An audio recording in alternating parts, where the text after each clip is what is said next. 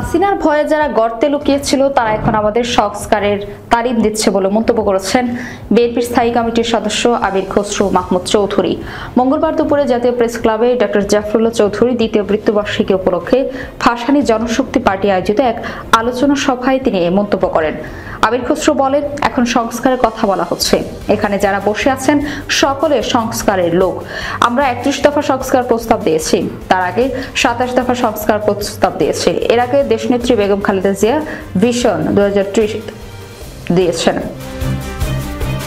এখন যারা সংস্কারের কথা বলছেন এদের কারো চেহারা আমরা দেখিনি, আর এদের অনেকেই রাস্তায় ছিল না, এখন বড় বড় কথা বলছে, যাদের বেশিরভাগের চেহারা আন্দোলন সংগ্রামে দেখিনি।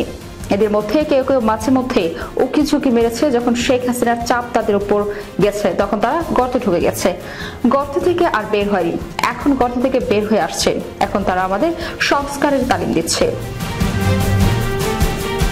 তিনি বলেন, শেখ হাসিনা পরবর্তী বাংলাদেশ কি হবে এটা আমরা মাথায় রেখে সংস্কার প্রস্তাব দিয়েছি। হাসিনা পরবর্তী কি ধরনের নতুন বাংলাদেশ আমরা গড়ব এটাকে মাথায় রেখে আমরা সংস্কার প্রস্তাব দিয়েছি। আমরা শেখ হাসিনা যাওয়ার পরে নতুন করে সংস্কারের কথা বলছি না তো, আমরা সবাই মিলে আগে সংস্কার প্রস্তাব তৈরি করেছি, 31 দফা সংস্কার প্রস্তাব দিয়েছি। আমরা নির্বাচনের পর জাতীয় সরকার গঠন করে 31 দফা বাস্তবায়ন করব, সেটা আমরা আগে ঘোষণা দিয়েছি। সবচেয়ে বড় কথা হচ্ছে আমরা 31 দফা নিয়ে গ্রামে গ্রামে যাচ্ছি, লোকজনের কাছে তুলে ধরছি। বাংলাদেশের সংস্কার প্রস্তাব নিয়ে অতীত কোনো দিন কোনো রাজনৈতিক দল জনগণের কাছে যায়নি বলেও দাবি করেন বিএনপির স্থায়ী কমিটির এই সদস্য।